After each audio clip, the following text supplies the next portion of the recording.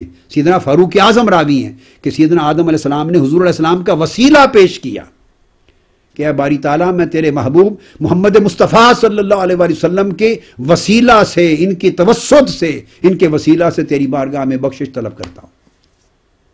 تو اللہ تعالیٰ نے پوچھا اے آدم تجھے کیسے معلوم ہوا کہ یہ میرا محبوب مجھے اتنا عزیز ہے، اتنا حبیب ہے جس کا وسیلہ پیش کر رہے ہوں؟ تو تب آدم علیہ السلام نے عرض کیا باری تعالیٰ جب تو نے میری تخلیق کی اور جنت میں ٹھہرایا اور میں نے اپنا سر اٹھایا تو میں نے ہر سمت جنت میں تیرے نام کے ساتھ محمد مصطفیٰ کا نام لکھا دیکھا تھا،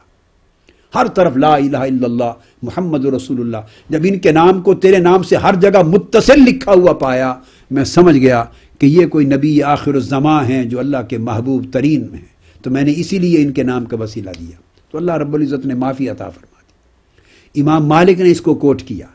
قاضی ایاز نے اس کو روایت کیا، جو جلیل القدر محدث بھی ہیں اور اصول حدیث کے امام بھی ہیں اور شارح بھی ہیں، سب سے بڑے شارحین، اور بعد میں خواہ امام نووی ہوں وہ قاضی ایاز کو کوٹ کرتے ہیں۔ آپ اٹھائیے امام نووی کو حجت ماننے والے یہ جان لیں کہ امام نووی کی شرح، صحیح مسلم کی شرح کو اٹھائیں، جگہ جگہ قاضی ایاز کو حجت کوٹ کریں گے۔ امام ابن حجر عسقلانی فتح الباری میں، صحیح بخاری کی شرح میں، ان کو حجت ماننے والے علماء ہیں، وہ جان لیں کہ ہر دوسرے صفحے پر وہ ملے گا کہ جب وہ کوئی حوالہ دیتے ہیں تو بطور حجت قاضی ایاز کو کوٹ کرتے ہیں۔ امام قسطلانی جہاں کوٹ کرتے ہیں کوئی حوالہ امام قاضی ایاز کو کوٹ کرتے ہیں، علامہ عینی جب بیان کرتے ہیں قاضی ایاز کو کوٹ کرتے ہیں۔ الغرض جتنے ائمہ حدیث اور ائمہ تفسیر ہوئے، امام قرطبی جب بیان کرتے ہیں، جتنے ائمہ ہوئے، حافظ ابن کثیر بیان کرتے ہیں، امام جلال الدین سیوطی جب بیان کرتے ہیں، تو کوئی آپ کو ایک امام، ایک محدث اور ایک مفسر ایسا نہیں ملے گا جو بحث کرتا ہے تو حجتاً قاضی ایاز کو ایک اتھارٹی کے طور پہ کوٹ نہ کرتا ہو۔ محض یہ حضور علیہ السلام کے فضائل بیان کرنے والے کوئی عاشق رسول اور کوئی محب رسول ہی امام نہیں ہیں، بلکہ اصول حدیث میں اتھارٹی ہیں۔ العلماء اصول حدیث کی بہت بڑی عظیم کتاب ہے جس کے مصنف ہیں۔ تو قاضی ایاز رحمۃ اللہ علیہ ان کی شروع ہیں پھر بخاری اور مسلم پر، اور تعلیقات ہیں جن کو آگے کوٹ کیا گیا ہے۔ تو قاضی ایاز رحمۃ اللہ علیہ نے پھر اس کو امام مالک کی روایت سے لیا ہے۔ تو آقا علیہ السلام کے وصال اقدس کے بعد خلیفہ ابو جعفر منصور کو بھی یہی تلقین کی کہ جب دعا مانگو تو قبلہ رخ منہ نہیں کرنا، دعا مانگتے ہوئے بھی چونکہ وسیلہ حضور کو بنانا ہے تو آقا علیہ السلام کی بارگاہ میں آپ کی طرف متوجہ رہنا ہے۔ تو دوسرا تو یہ ہوا کہ حضور علیہ السلام کے مزار اقدس پر یہ حکم قیامت تک برقرار رہے گا جیسے آپ کی حیات ظاہری میں تھا۔ اب اس کا ایک تیسرا اطلاق ہے، وہ لوگ جنہیں، اور اس پر پھر بے شمار احادیث شاہد عادل ہیں، جب آقا علیہ السلام نے فرمایا من زارنی بعد وفاتی کانما زارنی فی حیاتی، جو میری وفات کے بعد جو میری آ کے زیارت کرے گا اس کا حکم اسی طرح ہے جیسے اس نے میری حیات ظاہری میں آ کے میری زیارت کی۔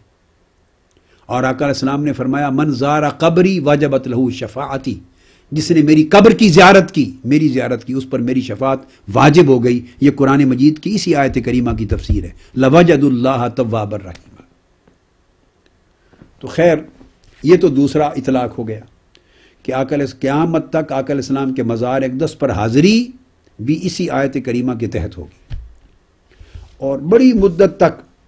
یہ صدیوں تک، 1000 سال تک، یہ صدیوں تک یہ آیت وَلَوْ أَنَّهُمْ إِذ ظَّلَمُوا أَنفُسَهُمْ جَاءُوكَ، آقا علیہ السلام کی جعلی مبارک میں جو مواجہ شریف ہے اس کے اوپر یہ آیت کندہ ہوتی تھی۔ 1963 میں جب میں حاضر ہوا، میں اپنے بچپن کی بات کر رہا ہوں، 12-13 سال میری عمر تھی، اور جب میں نے مدینہ طیبہ میں اپنے علوم شریعہ اور علوم دینیہ کی تعلیم کا آغاز کیا تھا، مولانا ضیاء الدین مدنی رحمۃ اللہ علیہ کے دست اقدس پر، جب میں نے ان کے ہاں اپنے علوم دینیہ کی ابتدا کی تھی، باب عبد المجید کے سامنے مسجد نبوی کی اس سمت پڑھا، اور مدرسۃ العلوم شرعیہ، یہ جو گنبد خضرا کے سامنے مدرسہ تھا بالکل باب جبریل کے سامنے، اس میں پڑھنے جاتا تھا 1963 کے قیام میں۔ اور بائی دی وے تحدیث نعمت کے طور پہ عرض کر دوں، یہ وہ مدرسہ تھا جہاں سے ابتدا ہوئی میری تعلیم کی، الحمدللہ ثم الحمدللہ تعالی، کہ یہ سیدنا ابو ایوب انصاری رضی اللہ تعالیٰ عنہ کا گھر تھا۔ آپ ہی کے گھر کو، جہاں آقا علیہ السلام نے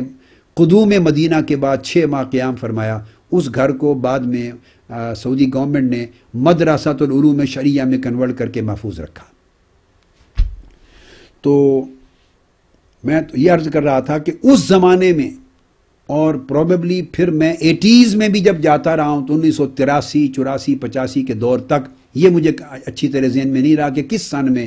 آیات تبدیل کی گئی، مگر یہ آیت کریمہ آقا علیہ السلام کے مواجہ شریف کے اوپر بڑے جلی حروف میں یہ آیت کندہ رہی۔ 1000 سال سے یہی آیت لکھی ہوئی تھی تاکہ ہر آنے والا سمجھے کہ اب وہ جو آقا علیہ السلام کے مواجہ شریف کے سامنے کھڑا ہے اسے معلوم ہو کہ وہ بارگاہ رسالت مآب میں اسی طرح حاضر ہے جس طرح صحابہ کرام حیات ظاہری میں آقا کی بارگاہ میں حاضر ہو کے حضور کا وسیلہ کرتے اور حضور سے شفاعت طلبی کرتے۔ فرق اتنا ہے کہ وہ اپنے سر کی آنکھوں سے دیکھنے کے قابل تھے، ظاہری حیات کا زمانہ تھا، اور اب آقا علیہ السلام کا جسد اقدس ہماری آنکھوں سے اوجھل ہے، قبر انور میں آرام فرما ہے، مگر حیات محمدی میں اور فیوزات محمدی میں اور توجہات محمدی میں اور توسل محمدی میں اور شفاعت محمدی میں اور اس شفاعت کی برکات میں کوئی فرق نہیں ہے، بلکہ وَلَلْآخِرَةُ خَيْرٌ لَكَ مِنَ الْأُولَىٰ، وہ روز افزوں ہے، ہر لمحہ بڑھتا چلا جا رہا ہے۔ جیسے اللہ رب العزت وَرَفَعْنَا لَكَ ذِكْرَكَ ہر لمحہ حضور کا ذکر بلند سے بلند تر کرتا چلا جا رہا ہے، اسی طرح ہر لمحہ برزخ میں اور آخرت میں آقا علیہ السلام کی قدر و منزلت بھی لمحہ بلمحہ بلند سے بلند تر ہوتی چلی جا رہی ہے۔ جس طرح ہر لمحہ اللہ حضور علیہ السلام پر درود بھیجتا ہے، ان اللہ و ملائکتہ یصلون علی النبی، تو ہر لمحہ اللہ کے درود بھیجنے سے آقا علیہ السلام کو بارگاہ الہی میں قربت قریب سے قریب تر کرتا چلا جا رہا ہے، حضور کا درجہ بلند سے بلند تر کرتا چلا جا رہا ہے، حضور پہ اپنی برکتوں میں اضافہ در اضافہ کرتا چلا جا رہا ہے،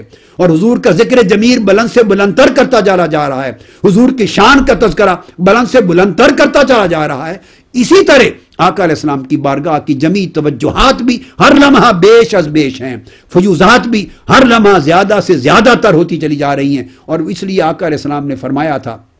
حیاتی خیر لکم و مماتی خیر لکم، اپنی امت کو میں حیات ظاہر میں رہوں یا وصال فرما جاؤں اور ممات کے بعد ہوں، میری حیات ظاہری بھی تمہارے لیے چشمہ خیر ہے، چشمہ فیض ہے، اور بعد از وفات جو میری زندگی وہ بھی تمہارے لیے چشمہ خیر ہے۔ آج بھی شفاعت کرتا ہوں، وصال کے بعد بھی شفاعت کروں گا۔ اعمال حیات ظاہری میں بھی حضور کی بارگاہ میں پیش ہوتے تھے۔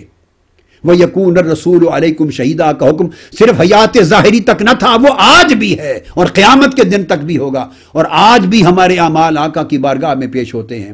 ملائکہ بھی پیش کرتے ہیں، آقا خود بھی سماعت فرماتے ہیں، خود بھی مشاہدہ فرماتے ہیں، آج بھی حضور متوجہ رہتے ہیں امت کی طرف، اور امت کے لیے فکر مند رہتے ہیں، امت کے لیے حریص رہتے ہیں، حاضر ہوں یا دور ہوں۔ آقا علیہ الصلوۃ والسلام نے فرمایا وما من مسلم فی روایت فی الشرق والغرب، مشرق میں ہو یا کوئی مغرب میں ہو، وما من مسلم یسلم علی الا رد اللہ علی روحی حتی ارد الیہ السلام، کوئی مسلمان مشرق میں ہو یا مغرب میں ہو، سنن ابی داؤد میں حدیث صحیح ہے، آقا علیہ السلام نے فرمایا وہ کہیں بھی ہو مجھ پر درود بھیجتا ہے یا میری بارگاہ میں سلام عرض کرتا ہے، اللہ نے میری روح اور میری سماعت سب کچھ مجھے لوٹا دیا ہوا ہے، میں اس کو سنتا ہوں اور اس کے سلام کا جواب دیتا ہوں۔ وہاں سے فیوزات اسی طرح ہے، یہ عقیدہ رکھنا چاہیے۔ اب ہمارا نقص اور کمزوری ہے کہ قبر انور کی دیوار کے باعث ہم دیکھنے سے قاصر ہیں، ہم دیکھنے سے قاصر ہیں، اور جن کے حجاب رب کائنات اٹھا دیتا ہے وہ اس حال میں حضور کا جلوہ بھی کرتے ہیں۔ آقا علیہ السلام کی طرف سے فیوزات میں کمی نہیں۔ تو تیسرا اطلاق یہ ہوگا کہ جو لوگ مدینہ طیبہ حاضر نہیں ہو سکتے، مشرق میں، مغرب میں، امریکہ میں، کینیڈا میں، یورپ میں، انگلینڈ میں، افریقہ میں، پاکستان میں، انڈیا میں، بنگلہ دیش میں، دنیا کے مختلف خطوں میں، جاپان میں، شرق تا غرب اور شمال تا جنوب، دور دراز بیٹھے، اور آقا علیہ السلام کی بارگاہ میں اب حاضر ہونے کا شرف یا موقع ان کو نصیب نہیں یا وسائل نصیب نہیں، تو ان کے لیے اس آیت کا اطلاق کیا ہوگا اور انہیں اس آیت کے فوائد اور برکات کیسے نصیب ہوں گے؟ تو ان کے لیے جاؤ کا کہ مختلف معانی ہیں۔ اگر اپنی جانوں پر ظلم کر بیٹھیں تو جاؤ کا اسی طرح جیسے تمام تفاسیر پہلے بیان کی، تو وہ جہاں بھی ہیں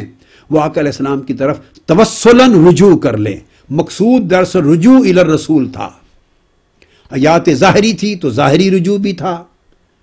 اب آقا علیہ السلام کے وصال کے بعد آپ کی حیات مبارکہ کے وہ دور ہے جو برزخ میں آپ کی حیات اقدس ہے، تو اب بھی آقا علیہ السلام کی بارگاہ کی طرف رجوع ہے، ظاہری بھی ہے اور رجوع باطنی بھی ہے، رجوع باطنی بھی ہے۔ تو اب اگر دور ہیں کچھ لوگ اور انہیں